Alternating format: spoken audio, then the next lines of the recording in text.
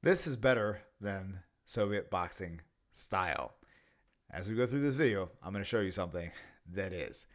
My name is Coach Keith Keppner. I help people go from any level in boxing and help them get to the next level. I have a book out as well if you haven't got it already, 66 Strategies to Outthink and Outfight Your Opponent. It's on Amazon. Go grab yourself a copy. Let's get into it. Oh, before we do though, why should you listen to me if you don't know who the hell I am? Coach Keith Keppner, professional amateur boxing coach for 15 plus years. I've taken many people from complete beginners to elite levels. I was mentored as a coach and as a fighter under my father, Doc Keppner, who's a professional boxing coach for multiple decades. And he was mentored as a coach and a fighter under Chuck Bodak, who worked with over 50 world champions. And Chuck was the Olympic coach for Muhammad Ali.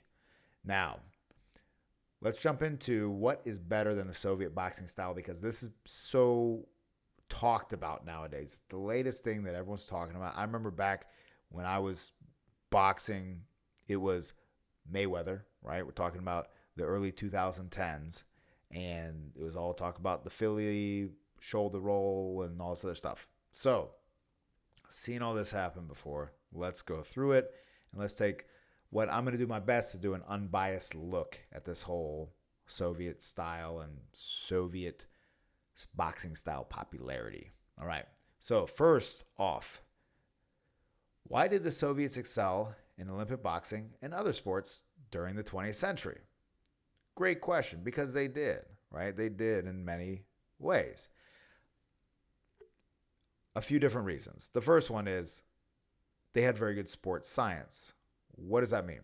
Does that mean the science of boxing? No, that's different. I don't mean the science of boxing or the sport of boxing. And I'm not saying there's no skill at all with the Soviet system or anything else like that. I'm not saying that either. What I'm saying is exercise science, specifically sports science, as it applies to your physical body and you know kinesiology and everything else. That's where a lot of the periodization models come from, and so much. And this was represented with the weightlifting, with a lot of different, from my understanding, without kind of having it all at my fingertips about which aspects it affected the most. But their training modalities, as far as conditioning and strength training, very much superior in boxing and other things to other countries like America, which is where I am. Now, we cannot underplay that with a lot of things. I'm not saying this is completely true with the boxing part, right? It might be, I don't know, but just in general, they developed and used anabolic steroids, and they seemingly did a very good job of it. All right, and that affected more of the strength sports, but you could say it also maybe affected some of the other ones as well. That might be a small factor, but let's jump into maybe perhaps the biggest factor. I saved the biggest one for last. So above the sports science and the periodization models and everything else, above the steroids and whatever, however much there was and wasn't with however it affects boxing, because we're not here to talk about weightlifting and stuff like that. There are no pros in Soviet Russia.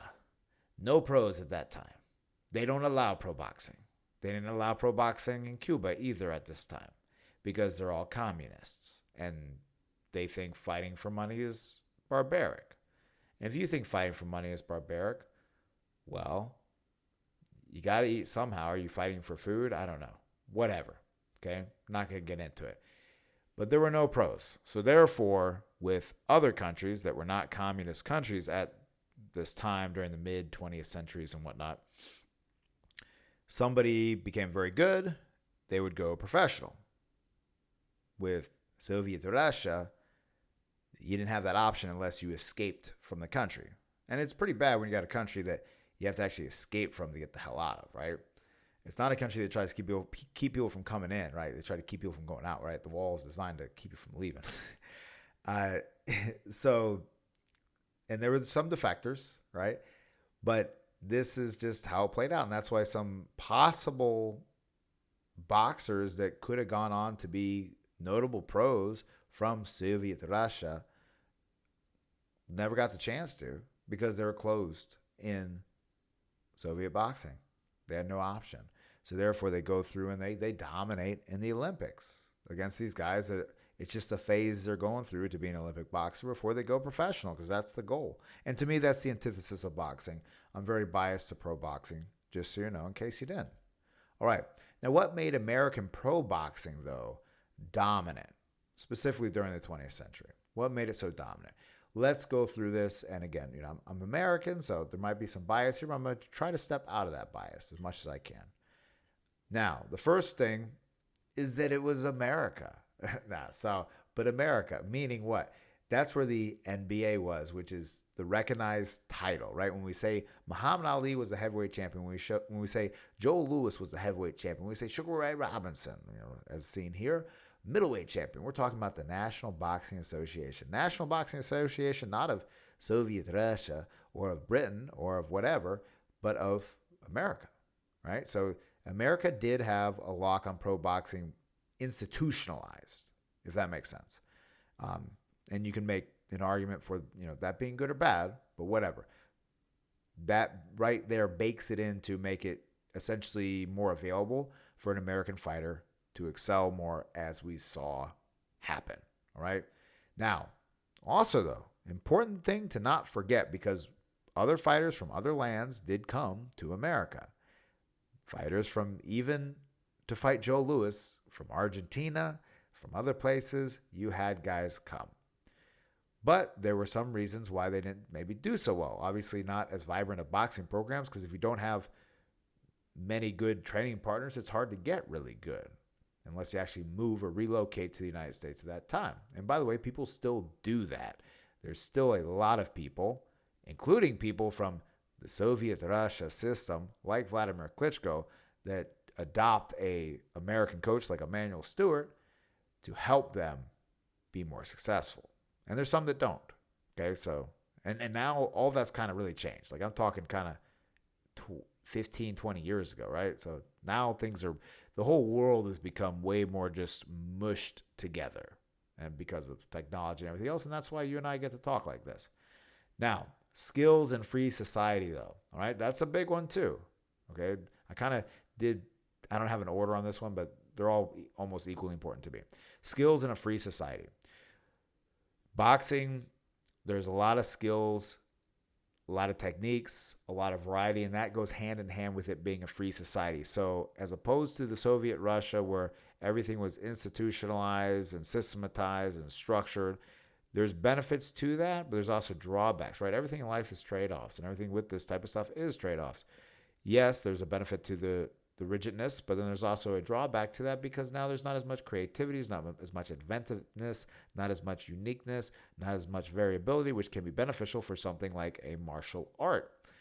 With boxing in America, you would have certain forms of boxing take more precedent in certain areas of the country. So it's amazing, flourishing, creative landscape. And that goes along with free communication, free society, free travel too, meaning you can freely move from place to place.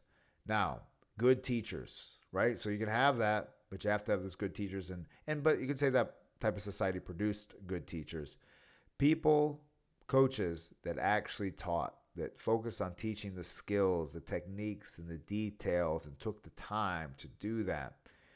That is a very important thing, and a very distinctive factor for what made American boxing, what makes it still even reverberate throughout now, is the deep, deep, deep, deep reservoirs of great teachers. And again, I'm not saying there aren't great Soviet Russia teachers and United Kingdom teachers and Cuban teachers and Mexican, whatever, right?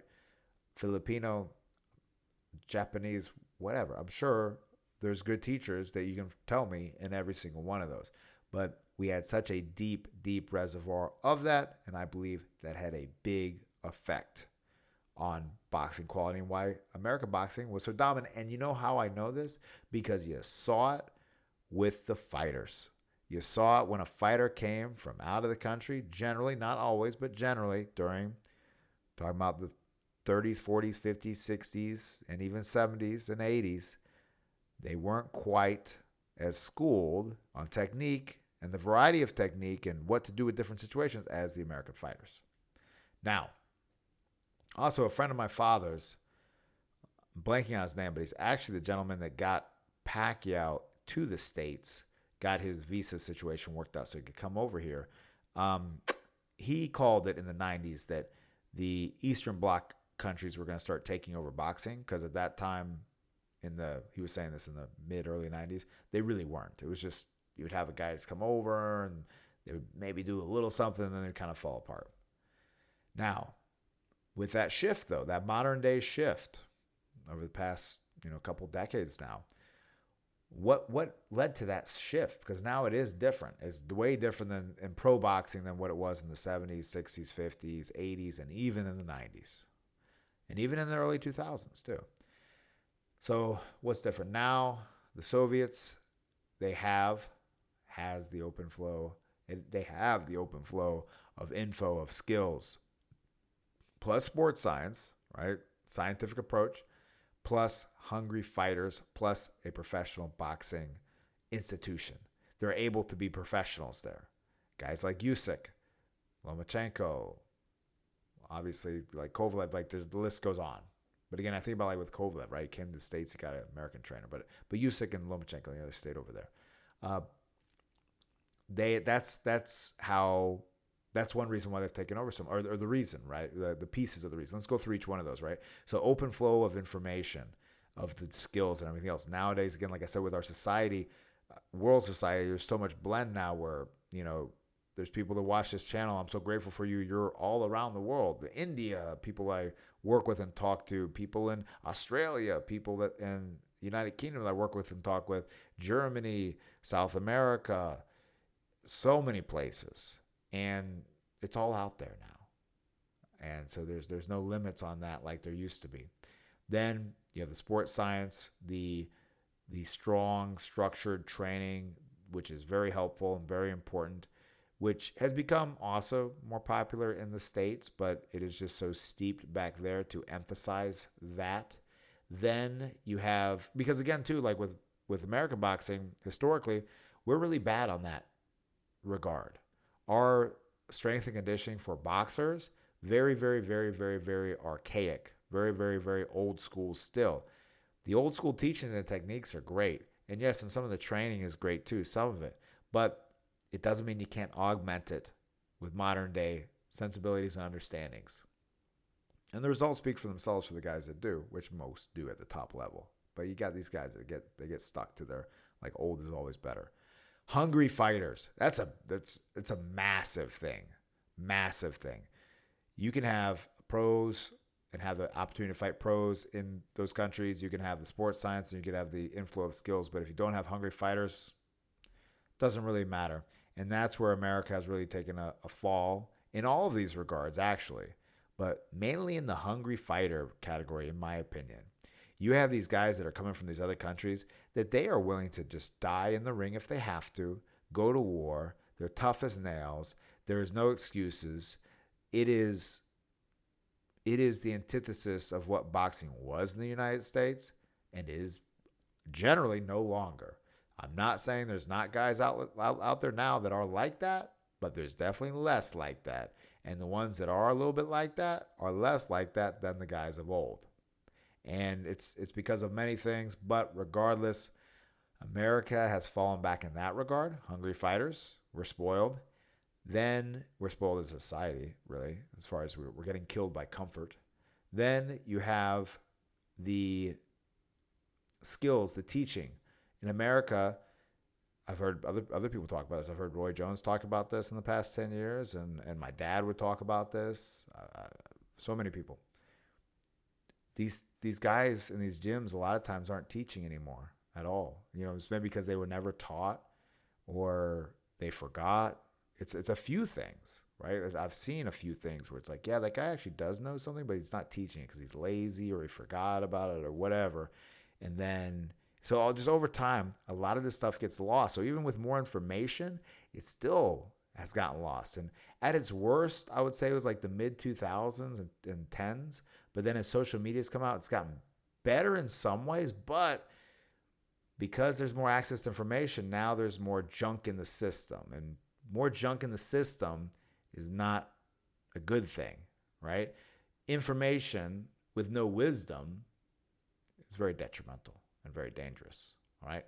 Now, What is Soviet boxing? By the way, before we jump in that, if you want to work with me, no matter where you are in the world, I've worked with, like I mentioned, a lot of different countries, everybody else, and help them go from where they're at, whether they're a beginner boxer, never really fought before, to elite level amateur, and help them get to the next level. I'm also working with a couple pros overseas through my online elite level program, and helping them level up in a couple regards and helping augment their training. So if that's of interest to you, click on the Patreon on link, click on that elite level program, or find me on Instagram, Coach Keith Keppner. Message me there. Let's chat, see if it works, and we both of us want to work together. All right. Now, what is Soviet boxing? Let's talk about the positives and the drawbacks. Because again, with everything, there's trade-offs. So I want to make it clear. I don't want to make it just sound like I'm just crapping all over Soviet boxing, and I think Soviet boxing is the stupidest thing ever invented. No, I'm not saying that, guys, with this video, okay? But I get tired of people just being like, yo, Soviet boxing, ooh, and they'll call everything Soviet boxing. Now, it was like that one video on Instagram that or on my Instagram, where I go through reviewing videos on Instagram, and it was like army training in the United States from the 20s or something, and they're like, the title is Soviet boxing training.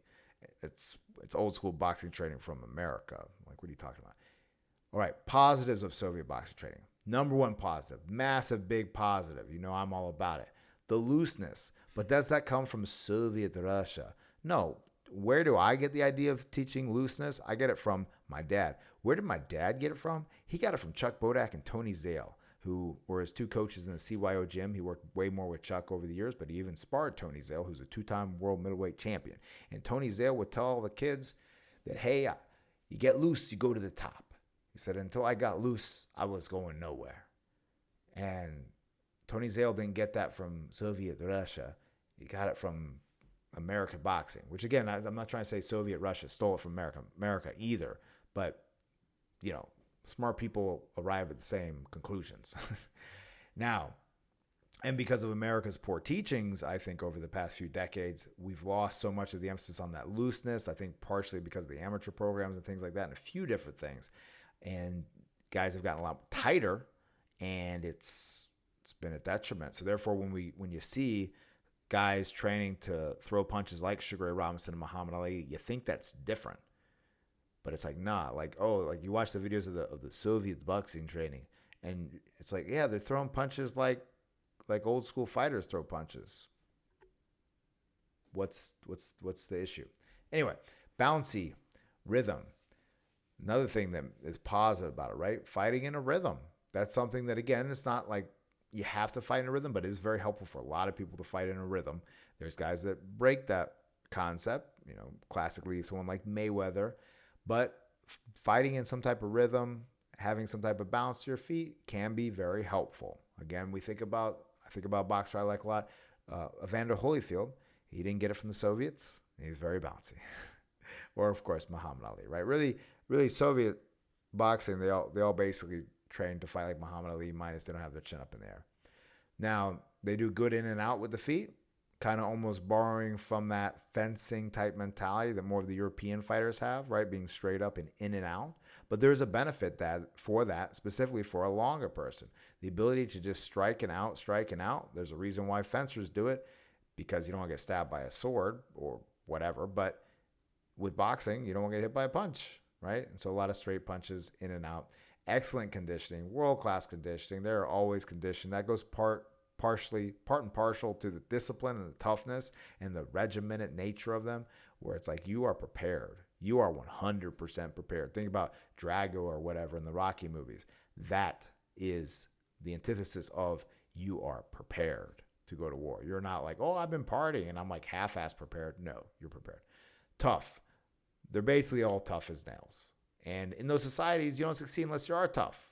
Right? It's kind of different than it is out here in the United States nowadays and other parts of the world. Some, that get the privilege of getting it easy, but then you don't get tough. And with that, it's like in those Soviet or Eastern Bloc countries or whatever, so many people went through so much tough times under the horrible brutality of communism and starvation and mass murdering women and children and men, starving them and everything else, just some of the biggest atrocities of the 20th century committed by the Soviets on their own people. And that's a horrible thing, but what it does do is it does create a very tough group of people that are left there. And then, so off of that super sad note, the drawbacks.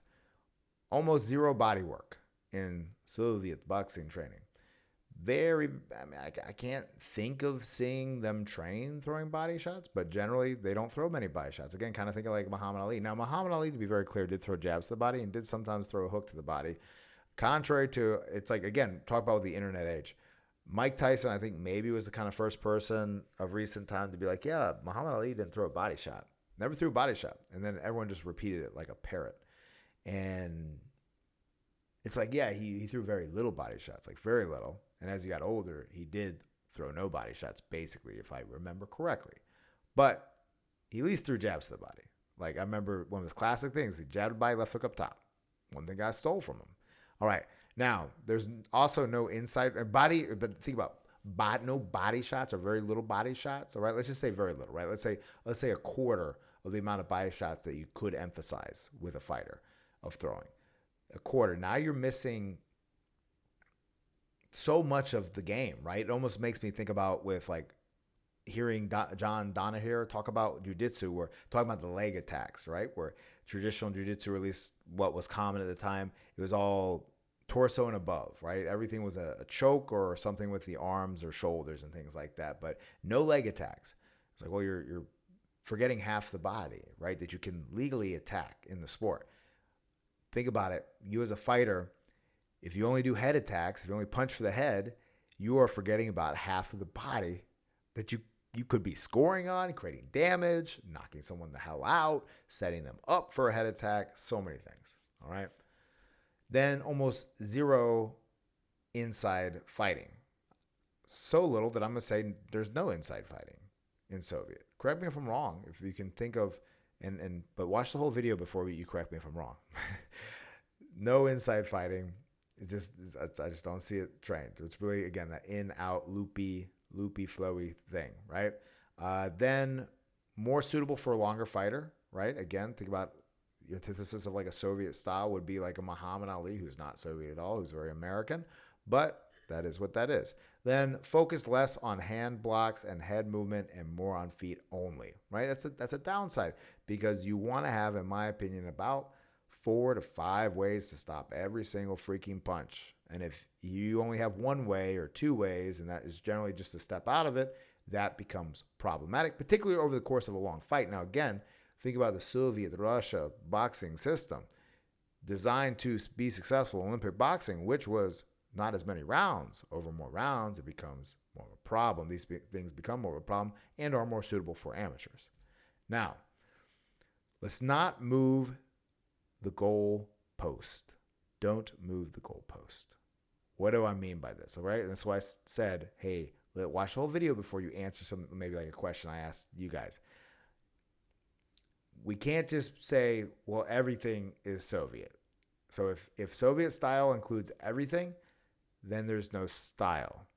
And I have a picture of Lomachenko, because as I know some of you guys watching this, or maybe before you got to this point, you already commented and you said, well, that mother effer, he's wrong. We got Lomachenko, he works body shots. Lomachenko works angles and lateral movement. Well, Lomachenko does this and that. And, Usyk does that and that. Yeah, okay. So if you want to make the argument that Soviet Russia boxing style or Soviet boxing is everything, right? So you have like all footwork, all punches, all types of punches, all defense, all counters, everything. Everything you see every boxer do is Soviet boxing. Then it's nothing, and it's not a style, and you shut the hell up. Okay?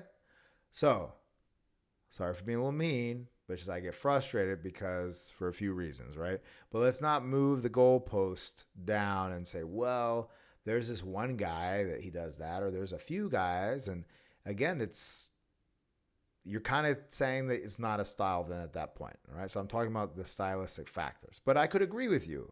If you want to say it's not a style, I can agree with you. All right, now, me with guitar. Is this a real picture of me with a guitar? No.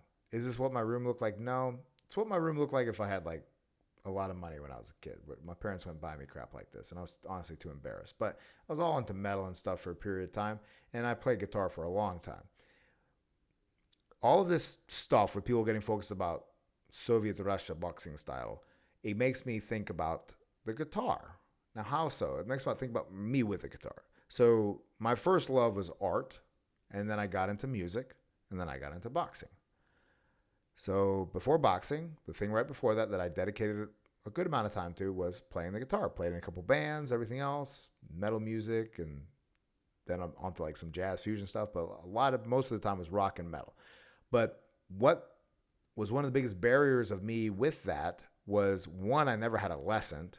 So I was completely self-taught. And I was pretty good for being self-taught, but there shouldn't be an asterisk by self-taught saying, well, it's pretty good for being self-taught. You should just be pretty good.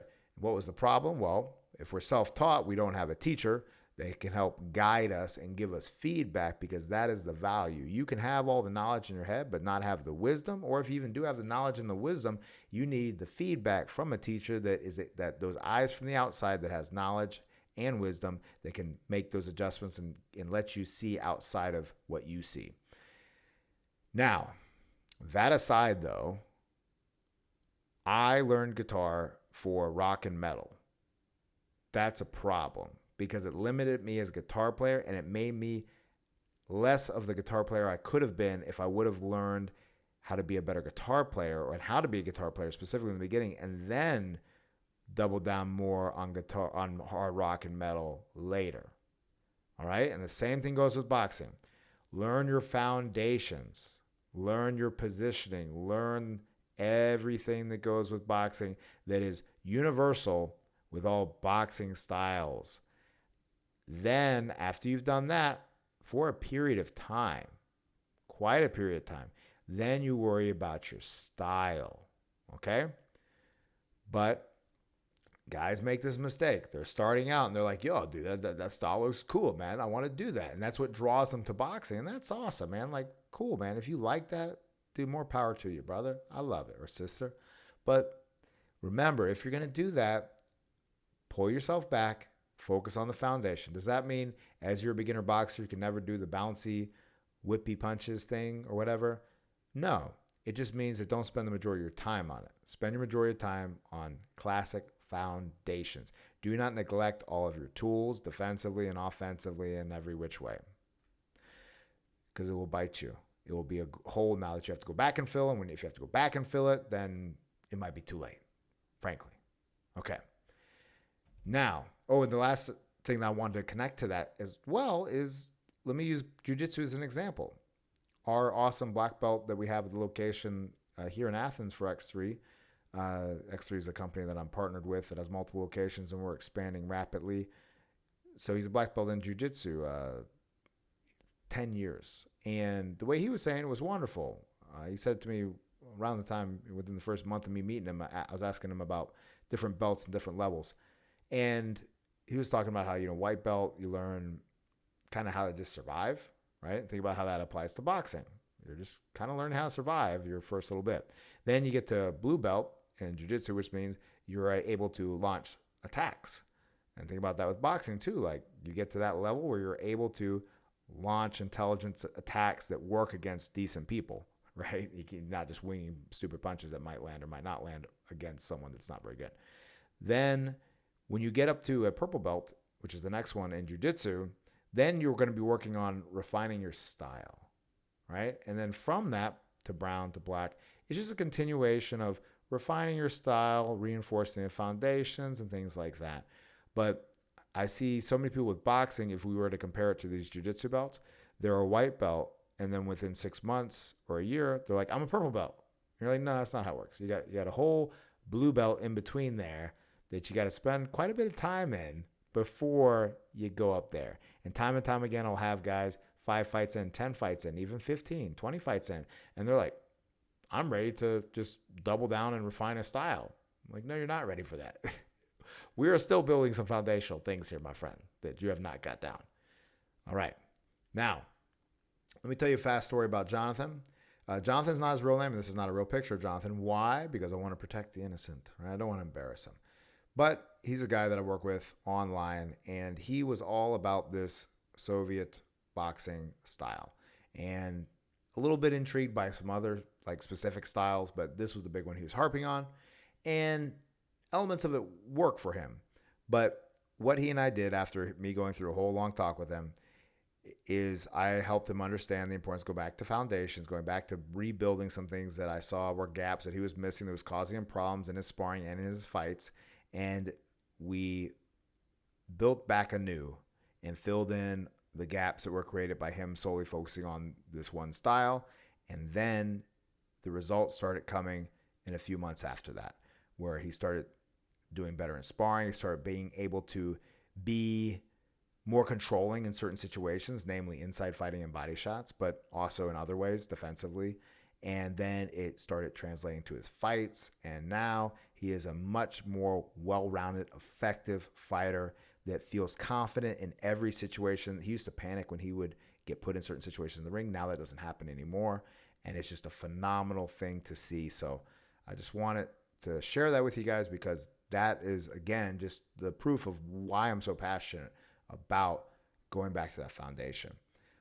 The big points to wrap up: over focus on style alone is generally counterproductive, as I mentioned earlier.